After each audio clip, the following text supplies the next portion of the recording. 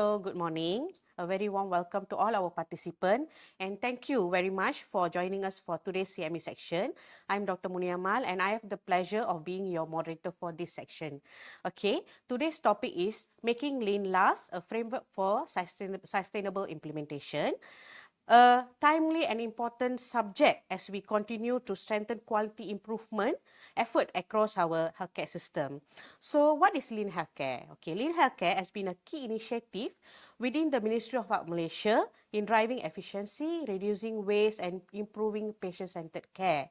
But a long-term success of Lean Healthcare depends not only on implementation, but also on sustainability, how we embed these practices into daily operations and culture. So dear participants, there's a link given in the YouTube. So the link is for you to register yourself and post your questions later. So before we start our CME section, let us watch IHM corporate video.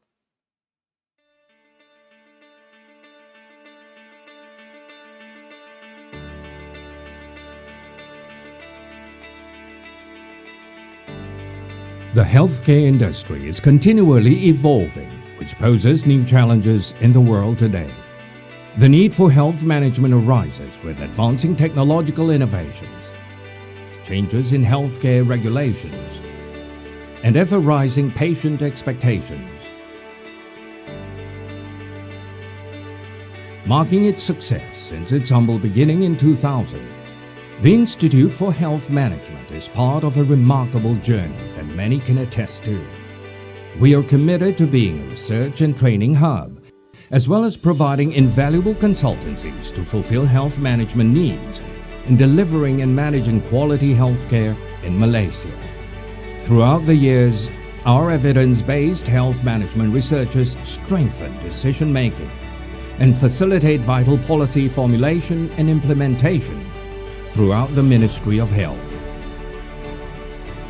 Since 2006, we have conducted over 650 courses and have empowered over 30,000 individuals. Our goal is to guide you to grow into your full potential and to maximize your performance. We impart the relevant knowledge, technical skills, and organizational mindset to healthcare managers through consultancies leading the way to achieve a transformed healthcare system. We are comprised of 3 centers, which are the Center for Leadership and Professional Development, the Center for Organizational Excellence Development, and the Center for Clinical Governance Development. Our talent grooming program, TGP, enriches the process of building leadership capability and inculcate other qualities among potential technical healthcare professionals. We take pride in producing innovation by developing TGP and MyTGP, which officially became intellectual properties of the Ministry of Health. Our initiatives in research in optimizing hospital services and issues of overcrowding led to the innovation of Cluster Hospital. Cluster Hospital is a concept where all nearby government hospitals share and expand their medical resources, services, and expertise. We have been involved in the training, implementation, and evaluation of cluster hospital initiatives since 2012. Lean thinking is about eliminating waste in work processes and optimizing available resources. It was introduced as part of the government's effort to improve efficiency and tackle issues of overcrowding in public hospitals. IHM is the Lean Center of Excellence for research, training, and consultancy in the Ministry of Health. We take pride in our involvement in high-impact health management research. The housemanship training and its associated research projects set off a ripple effect where it has been translated into policy and implemented into the Malaysian healthcare system. Over the years, we have fostered partnerships with numerous local and international agencies. Our mutual aim is to promote and support excellence in healthcare by building collaborations.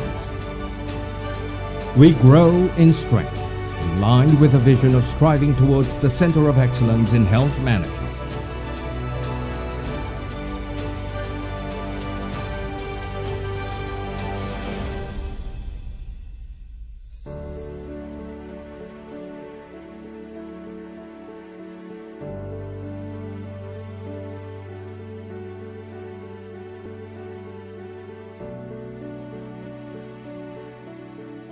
The Institute for Health Management, or IHM. Better solution through research.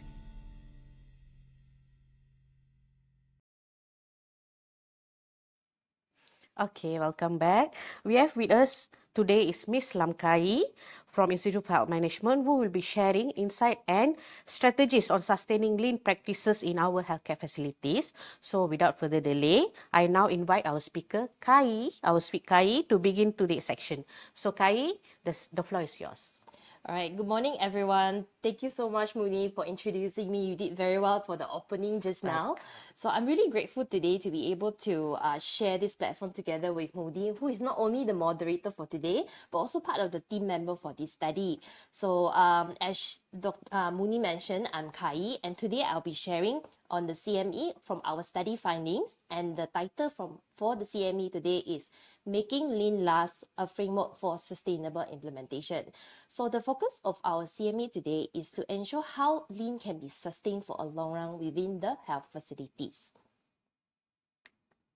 So this is an overview of today's session. First, we will start with a quick look at lean and its journey within the Ministry of Health. And then I will walk you through our studies methodology and share key findings. We will end with how our framework and also checklist can support sustainability efforts and help to inform practice and research in lean. So what is exactly lean? So lean is more than just a quality initiative. It is both a management philosophy and a set of principles and tools designed to help identify non-value added activities, or we simply name it as waste. So the goal is to streamline your work processes so that every step brings value to the patient as well as staff, whether that's improving your care delivery, reducing delays, or enhancing the work environment. Internationally, lean has been associated with measurable benefits like shorter waiting times, better staff morale, and safer, more reliable services. Now, if you look at the figure here, it illustrates a typical patient journey. You will notice that patients actually spend a large portion of their time in non-value added activities.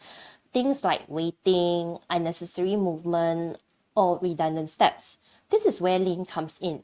By closely examining each work process, we aim to reduce the non-value added time and maximize the value added activities, so ultimately improving the patient experience as well as their healthcare outcomes. Alright, so in the Malaysian context, lean is implemented as part of the Quality Improvement Initiative.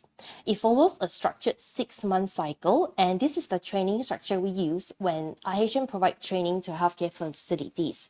So at the first stage, which is stage 1, during the first month, we begin with a 3-day lean workshop. Here we provide foundational awareness on lean principles, and more importantly, we teach participants how to develop a value stream map, which is a critical tool for identifying waste and mapping out the work processes. So after this workshop, the participants will return to their respective facilities to collect a baseline data and also begin implementing their interventions, which marks stage 2, and this spans from the 2nd to the 4th month. And then in stage 3, covering the final 2 months, they will focus on analyzing the impact of their interventions. So the participants will assess the outcomes, document improvements, and also prepare to present their findings to the stakeholders.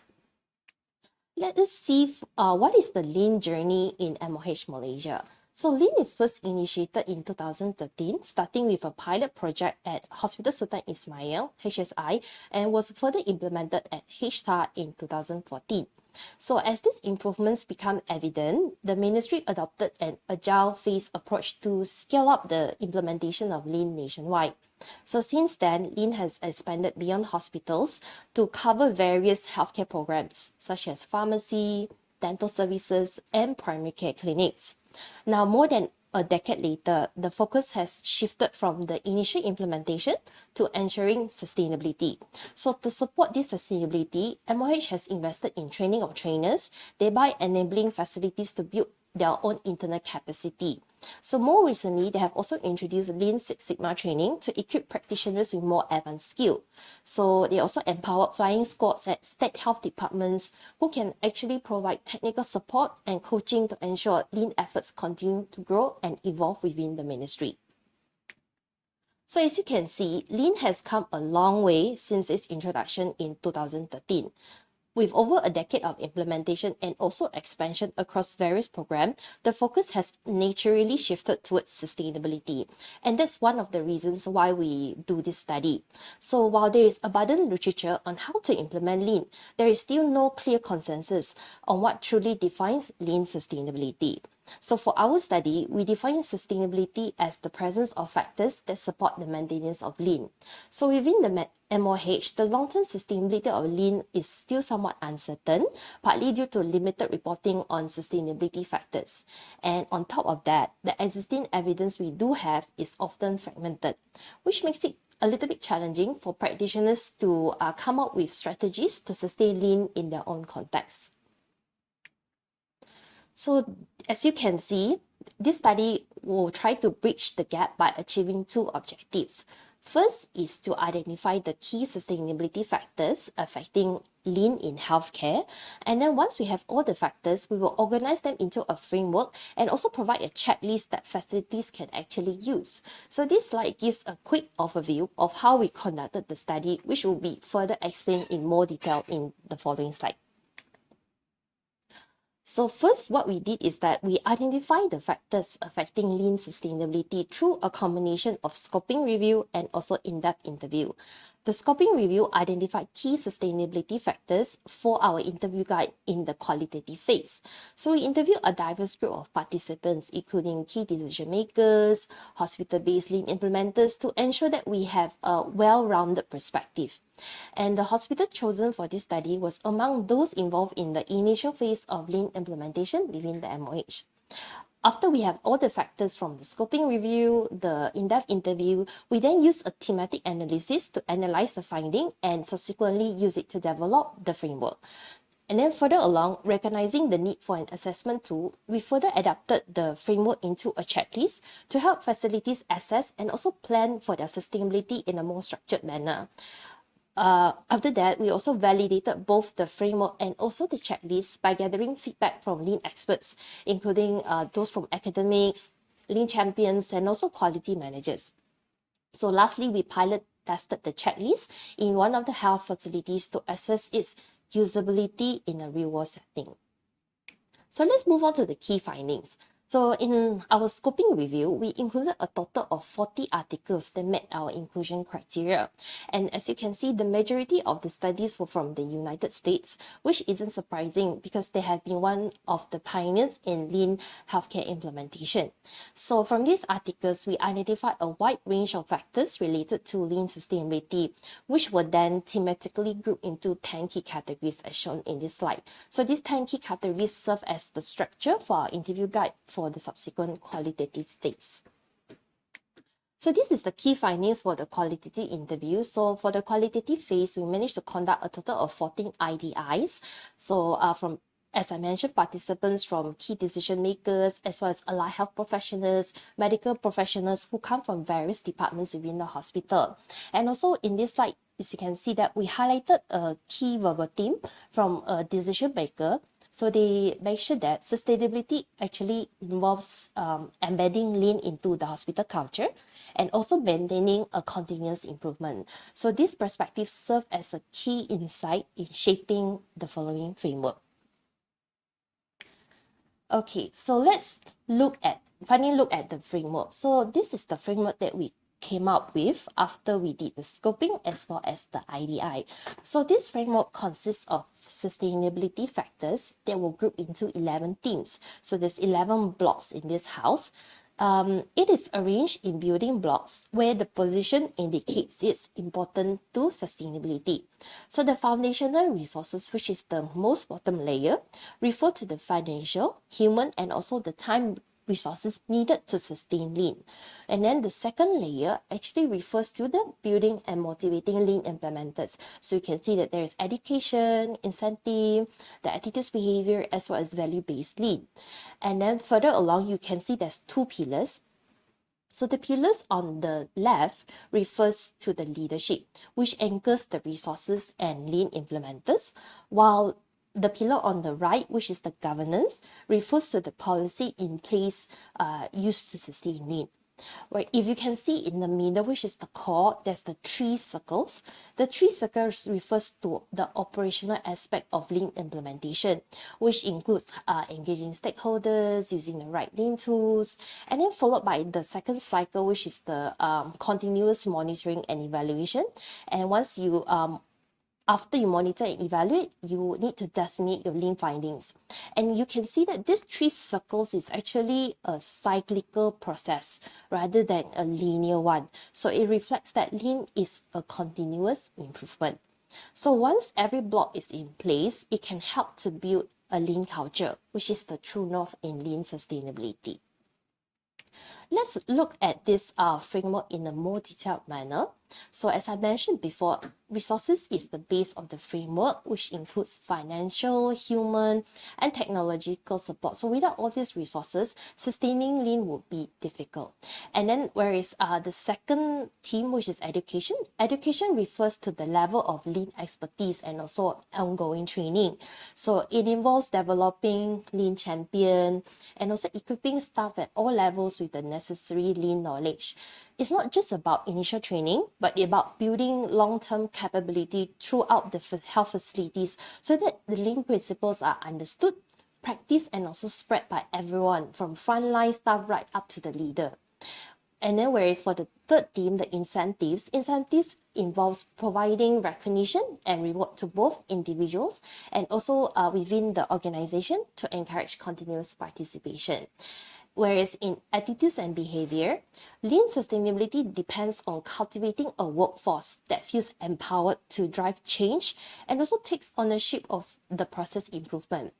And whereas for value-based Lean means that the importance of aligning Lean with patient-centered care and also helping the staff to understand the meaning and value behind the Lean approach. So as you can see, 2, 3, 4, 5, the theme 2, 3, and 4, and 5 refers to building and motivating Lean. So from the framework, these two layers constitute the base of the framework. So it's important to secure resources, but as well as the people is important as well in Lean sustainability. All right, so let's move on to theme number 6, which is Lean implementation process. So in the Lean implementation process, it focuses on how Lean is implemented in the facilities. So it covers having a clearly defined staff role, engage and involve your stakeholders, and breaking down silos across departments. Further along, you also need to use a structured Lean tools and also communicating the strategy effectively. These are the keys to ensure consistent understanding across the facilities. And whereas in dissemination refers to the strategies used to promote Lean. So we need to showcase the benefits of Lean, thereby it will encourage greater buy-in from leaders, stakeholders, and also staff. Whereas in monitoring and evaluation, sustaining Lean requires a continuous tracking of progress using a clear indicators and also using that data to guide your ongoing improvement. And then the pillars, we move on to pillars, which is the leadership. Leadership is a critical enabler of Lean sustainability. So it involves having a supportive and also effective leaders who can help to problem solve, engage and also motivate the team, and also provide clear direction. The leaders' attitudes and behaviors is also very important, which includes trusting in their team, willingness to delegate, and also openness to new ideas. And whereas for the governance, the second pillar refers to the policy, such as having a standard operating procedure and also integrating Lean into the strategic planning. So this helps to formalize Lean and to ensure that it remains a long-term commitment and not just a temporary initiative. So lastly, which is the Lean culture. So a strong Lean culture is reflected in staff uptake. You can see that there's adaptation of Lean into daily work routines and there's an ongoing momentum of Lean in the improvement efforts. So it shows that Lean is no longer a project, but also part of how the organization operates every day. So that is the key findings from the framework. As I mentioned in the beginning of the presentation, because we recognize that there is a need to come up with an assessment tool, that's why we converted. So we took from the 11 themes from the framework just now, we took each of the factors and we developed questions from the factors. And then once we have the questions, we compiled it into a checklist. So this checklist, we are using it as an assessment tool to identify the presence of lean sustainability factors at the facility level. How do we administer the checklist is that we administer it through a closed-ended approach. So a closed-ended interview together with document verification. And we interviewed 4 key groups, which is the top management. Top management refers to the highest level leaders, for example, your hospital director, your deputy hospital director. And then the second group is the quality managers, as together with lean champions, project managers, and lastly, lean implementers. So once we did a closed-ended interview, from their responses, we scored them using a 4-point scale. So to allow us to see how well each factor is present in the facilities. So this slide shows a sample of the questions being asked under the resources theme in the checklist. So for 11 teams means that we have 11 sets of questions to actually assess how well the sustainability factors appear in the facilities. All right, so as I have mentioned as well, in order to see the usability of the checklist, we piloted it in one of the health facilities. So what we did is that once we have gathered all the responses from each of the 4 groups, we averaged our responses to generate a mean score for each of the 11 teams, and we presented it in a radar chart in order to visualize it. So in the analysis shown in this slide, it seems that the pilot site placed a stronger emphasis on resource-related factors and lean culture, so indicating that they pour a lot of efforts to build foundational support for lean. However, they struggle in areas such as incentives and value-based leans, which means that they struggle in aligning lean with patient-centered care and also helping their staff to understand the purpose and value of lean. So these gaps suggest the need for a clearer communication, stronger motivation, as well as a better approach in motivating the staff to see the value of lean. All right, so that is all for my key findings. So we came up with a few questions that might be of interest for the audiences as well. Since maybe those who are more interested in lean, they might be able to find there's a couple of frameworks that is in the literature. So you might have some questions that how different is it, our framework compared to other frameworks within the literature. So we found out that there are certain similarities. For example, leadership, education and culture, they are quite similar themes in other framework. And then themes that are absent or indirectly addressed, for example, resources, incentives, governance, and value-based. So you can see that our framework actually offers a more comprehensive approach to sustaining lean in healthcare settings. And also from this slide, you can see 2 out of the 3 models that has been compared is actually related to manufacturing, which is a bit difficult to be directly adapted to our healthcare system. And also, I would like to highlight a bit how checklists can help us to assess the capacity to sustain lean practices. So first off, by using the checklist, it can help to identify the areas for sustainability planning within your local context. And then secondly, it can help to recognize your strength in sustaining lean. So from the radar chart, you can see which are the gaps, which are your strength as well. And this checklist also allows you to conduct a self-assessment against the team so that you can come up with a targeted strategy on how you want to improve the sustainability in your facility. And lastly, it can provide an overview of the likelihood of lean sustainability. So moving on, what are the implications of our study findings? For policymaker-wise, the framework as well as the checklist can help to assess the capacity of the healthcare facilities to sustain lean and also help to inform planning and resource allocation. And then whereas for lean practitioner-wise, it can help to support periodic assessment by providing a structured way for you to identify the gaps and also strength. And then whereas for research, since this framework was developed based on responses from a hospital-based lean implementers, it raises interesting questions about how these factors, sustainability factors, might differ in other health contexts, such as in the clinics. So these are a few of my limitations. So first off is that our findings may not be fully generalizable to other health system. And also due to the qualitative nature of this study, we cannot determine the direct cause and effect of relationship between factors and also sustainability outcome. So to conclude, to wrap up, as you can see that sustaining lean in healthcare is complex and also requires attention to multiple factors. And our framework highlights the importance of first securing the foundational resources, followed by building implementer capacity as the key steps towards establishing a sustainable lean culture. And you might also wonder what comes next. So we are planning on preparing to publish a lean healthcare sustainability guide to help other healthcare facilities or even lean implementers to know how to use the checklist in a structured manner. And also, we also plan to come up with a digital version of the checklist to make it more accessible to the healthcare teams.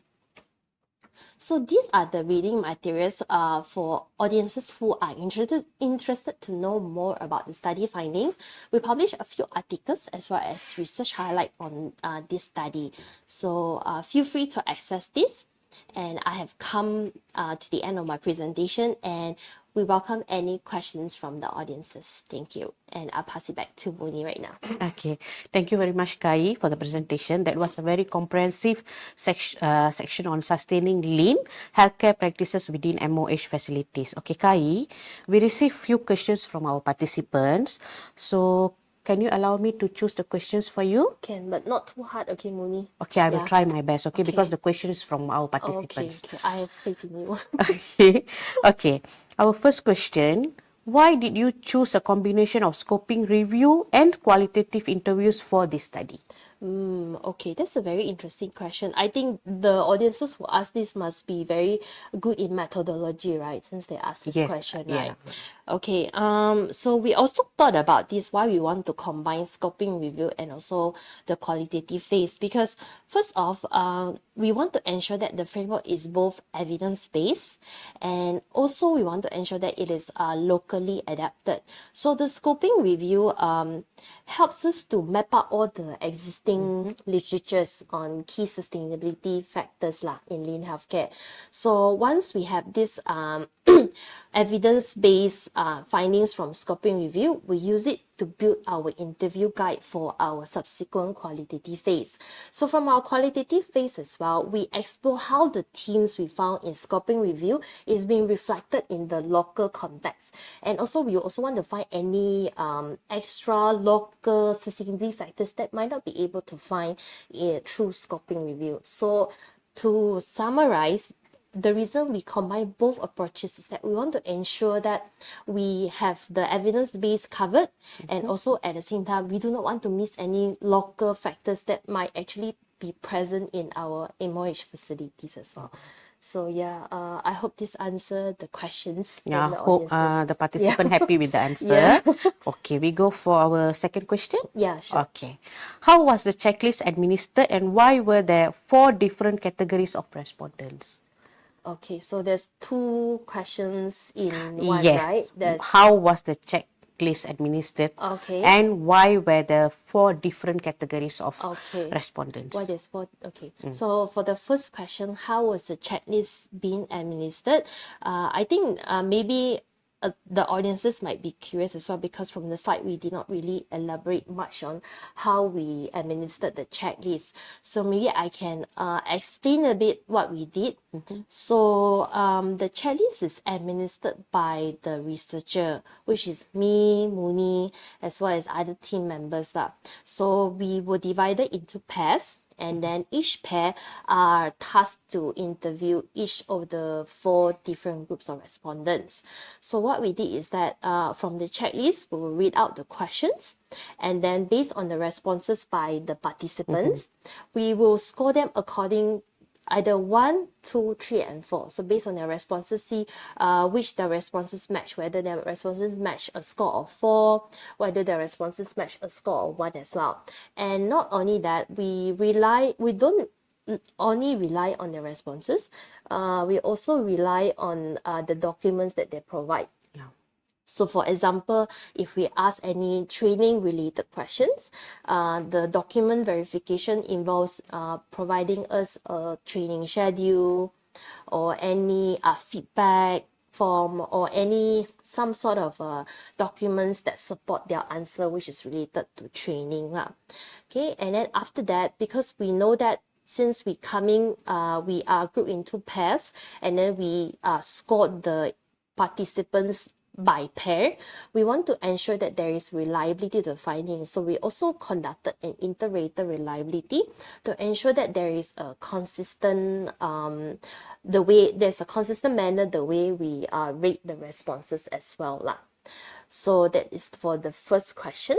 And then the second part is why are there 4 different categories of respondent, yes. Okay, 4 different categories of respondent. So from the slide, we interviewed the top manager, we interviewed the QM, quality manager, and lean champions. And also the third one is lean project manager, fourth one is lean implementers. So the reason we interviewed these 4 different groups is that we want to try to get a well-rounded assessment on lean sustainability. And as you can see, these 4 different groups, right, they represent a different perspective. So they cover different perspective across a strategy, which is the top management, and then a manager, which is the QM, the lean champion part, and also the project manager part, and as well as the operational, which is the lean implementer. So we want to ensure that every perspective within the health facilities is covered when we use this checklist. Yeah. Okay, thank you, Kai. I still remember the part. Okay, we have to ask question and we have to check their documents. Is it really documented well and all? Then they brought a lot of files, right? Yeah, I still can remember that moment. Tons and tons of files. And they present as well to us. Okay. Our third question will be, how do you envision the digital checklist supporting lean sustainability efforts? How do I envision the digital checklist? So the reason we come up with this idea that we want to digitalize the checklist is because if you see, like, once we publish the lean sustainability guide, the auditors will able to see the checklist has quite a number of questions actually, because we have 11 teams, so we have a lot of questions in it. So we thought that in order to make it more convenient for lean practitioners to use it, so we decided to digitalize it so that from the digital side, first off, we can streamline the data collection. So we allowed them to key in the responses electronically, and then once they are able to key in electronically, this will also allow stakeholders or also any program managers or even the leaders within the health facilities to quickly see the result visually, because they can get to see the radar chart, and then they can visually they can readily see what are the gaps and what are the strategies that need to come up with, so they can allow them to sort of like quickly interpret the result. And then ultimately, our vision is to see that the checklist can be used for real-time management and learning tools, so that the health facilities can use this to support their sustainability efforts. That's our main goal for we the want digital checklist. all our healthcare facilities able to get this checklist to check their sustaining of lean healthcare practices in there, right? And easy for them. And what we did was, it's like compress our healthcare system, where our healthcare system is different compared to the previous checklist. So it will be like easier for them to access lah. Yeah, Kan? easier for use, and then don't need to use so many paper as well Yes, lah. correct. Okay. So thank you once again, Kai. So on behalf of the organizing team, we would like to thank all the participants for taking the time to join us for today's CME. We hope this section has provided valuable insights into sustaining lean healthcare practices into our MOH facilities. So with that, we officially conclude today's CMC section. Kai, Thank is it you. okay? Yes, thank Okay, you so so much, Mini. stay safe and stay committed to continuous improvement. Thank you again and have a pleasant day. Thank you.